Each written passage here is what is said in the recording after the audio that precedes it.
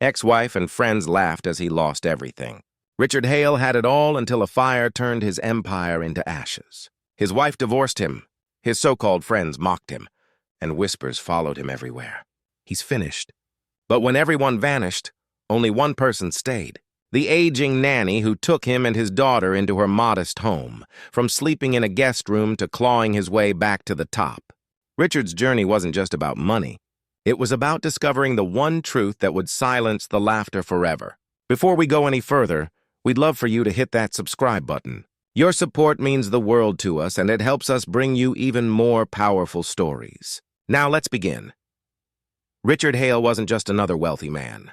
For years, his name carried weight across boardrooms and cocktail parties. He was the type who walked into a room and made heads turn, not only because of his fortune, but because people believed he could never fall. But life has a way of humbling even the strongest. It started on a quiet evening. The Hale estate, a sprawling mansion surrounded by manicured lawns and expensive cars parked like trophies, was alive with laughter. Inside, his wife Victoria mingled with her circle of friends. The air smelled of expensive perfume, wine glasses clinked, and their daughter Ella ran down the marble hallway, her laughter bouncing against the high ceilings. Then smoke. At first it was faint, almost dismissible, a strange smell drifting in from the east wing. Then the alarm screamed, piercing the night. Fire erupted with terrifying speed. Curtains curled in flames, chandeliers crashed to the floor, and paintings worth millions shriveled into ash. Panic scattered the guests. Shouts filled the halls. Heels clattered against marble. Someone cried out that the roof was giving way. Richard fought through smoke to reach Ella, coughing, choking, clutching her small hand as he guided her outside. The heat seared his face, his suit soaked in sweat and soot. By dawn, everything was gone. The estate, his private office, years of contracts, blueprints, and records reduced to a blackened skeleton. What stunned him wasn't just a fire, but the silence that followed. Within days, Victoria filed for divorce. No hesitation, no second thought. Her cold voice echoed in his memory. I didn't marry you to live in ashes. The friends who once laughed at his jokes vanished. Gossip replaced loyalty at a cafe downtown. Two men whispered over coffee. Richard Hale, he's done. Lost it all. Shame. But I guess his money was the only thing keeping people around. Richard heard the whispers everywhere in offices and lobbies, even in the sympathetic smiles of strangers. Each word cut deeper than the fire ever did. But through it all, one figure stayed. Margaret, the nanny who had been with the family since Ella's birth. Her hair had grayed. Her hands carried years of quiet labor, but her presence was unshaken. While others laughed, she stepped forward. When Richard's bank accounts froze and his name was dragged in court, Margaret was the one who opened her small wooden door and said, "You and Ella will always have a place here." From marble floors to a narrow guest room that smelled faintly of lavender and old books, Richard and his daughter found themselves under her roof. The fall was brutal, but as he sat on the edge of a worn bed, head in his hands, Richard felt something he hadn't felt in years. A quiet kind of safety. His empire had turned to ash. His marriage had collapsed overnight. His friends had vanished into the shadows. And yet, as Margaret tucked Ella into bed that night, humming softly the same lullaby she had sung since infancy, Richard realized he wasn't entirely alone. The fall from grace had stripped him bare, but it had also revealed who truly stood by his side. Life in Margaret's home was nothing like the mansion Richard once ruled. The kitchen table was scarred with knife marks. The walls carried faded wallpaper from decades past, and every window rattled when the wind pushed through at night.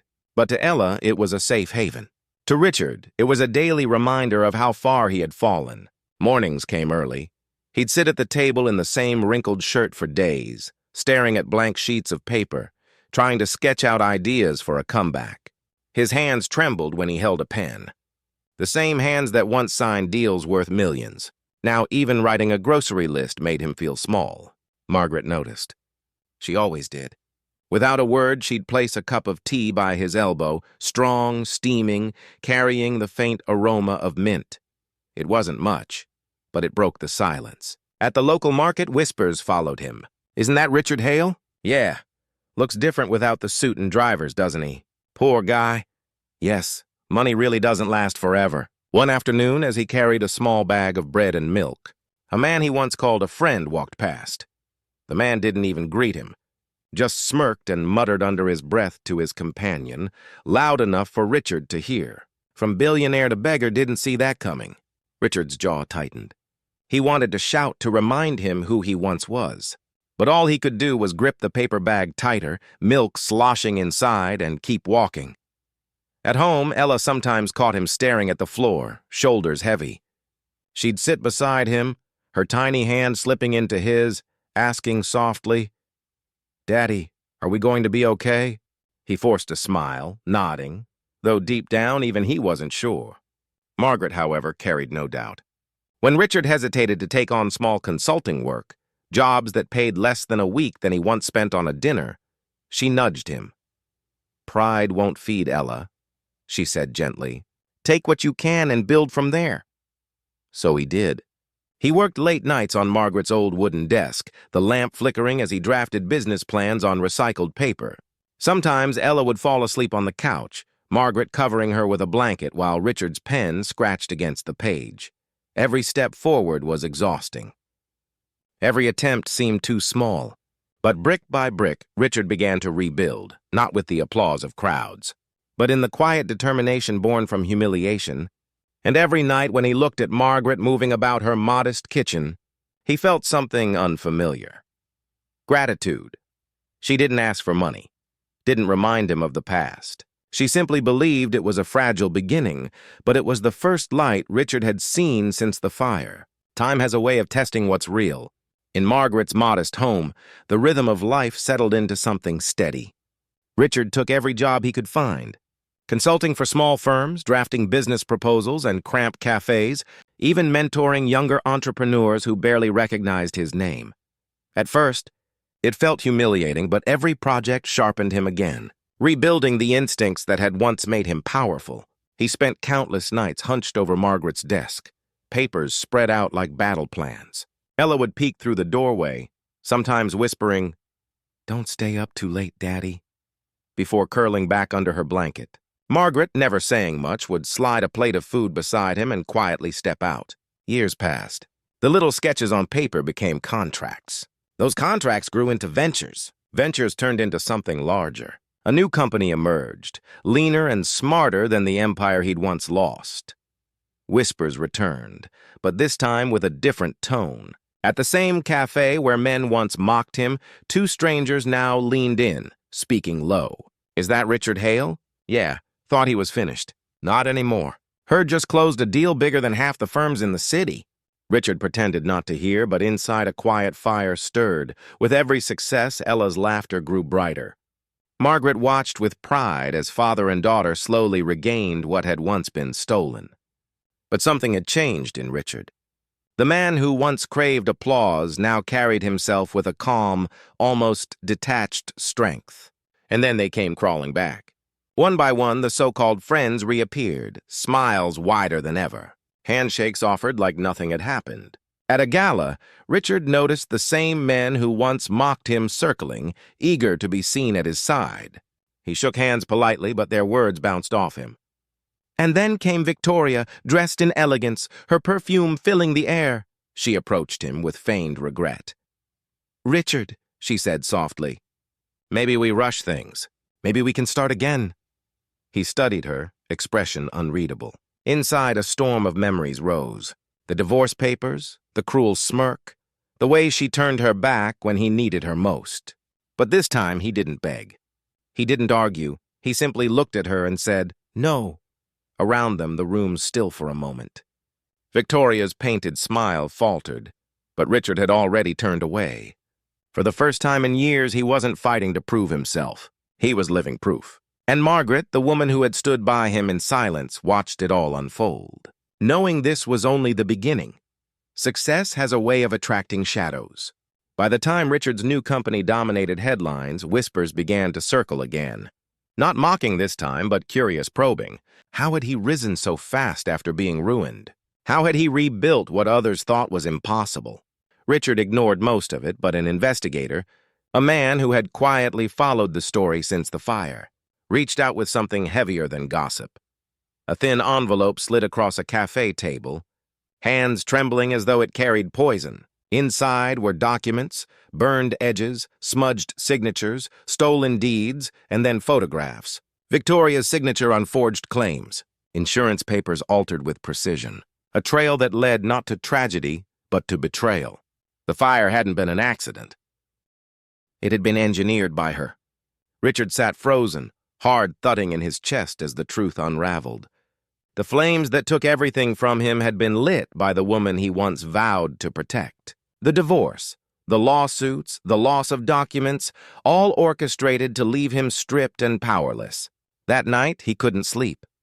He paced Margaret's living room, a creak of old floorboards beneath his feet. Margaret watched quietly, her knitting needles still. Finally, she whispered, "You always blamed yourself, Richard. But you see now it wasn't your failure." Police moved quickly. Early one morning, flashing lights lit up Victoria's mansion. Neighbors peeked from behind curtains as officers escorted her in handcuffs past the gates she once guarded so proudly. And of course the whispers followed. Two women clutching shopping bags paused at the scene. "Isn't that Victoria Hale? After all those years pretending she was untouchable, look at her now." The arrest spread through the city like wildfire. The same socialites who once clinked glasses in her ballroom now distanced themselves. Friends deleted her number. Partners severed ties. Her empire of illusion collapsed overnight, faster than Richard's ever had. Richard didn't gloat. He didn't even show up to watch. For him, the sight of her in cuffs wasn't victory. It was confirmation.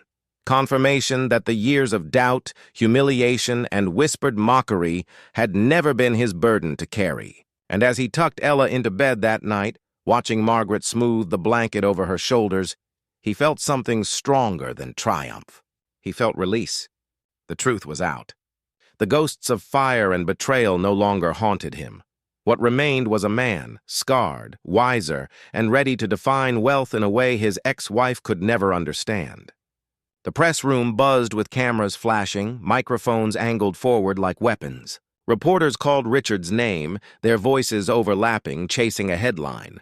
But when he stepped up to the podium, the room stilled. His tailored suit was sharp, his posture commanding, but his eyes carried something deeper than power.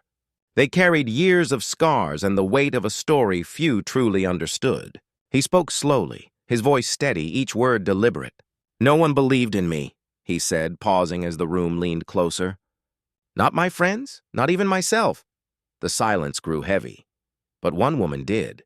She risked everything for me and my daughter. When the world laughed, she opened her door. When I couldn't stand, she made sure I did. She never cared about my money or my mistakes. She became the mother I wish I had. Cameras clicked furiously. Reporters scribbled, but Richard wasn't speaking for them. His gaze drifted to the back of the room where Margaret stood quietly, half hidden, her hands folded, tears brimming in her eyes. Ella clung to her arm, beaming with pride. The billionaire the world wanted to celebrate had turned the spotlight on a woman who never asked for it. In that moment, Margaret wasn't just a nanny. She was the anchor of his life, the proof that loyalty and love outweighed wealth and status. As applause filled the hall, Richard stepped away from the podium. Cameras followed, but he ignored them. He walked straight to Margaret, wrapping his arms around her in front of the world. For once, the headlines weren't about fortune lost or empire rebuilt. They were about gratitude, about family, about the quiet strength of a woman who stood when no one else would. Richard had regained his wealth, but his greatest treasure was standing right beside him. And that's the lesson Richard Hale's journey left behind. Money can burn, friends can vanish, and love can betray. But true loyalty never fades. Sometimes the person the world overlooks is the one holding you together. If this story moved you, hit that like button, subscribe for more powerful stories, and share this video with someone who needs a reminder. Real wealth isn't in what we own, but in who stands beside us when everything else is gone.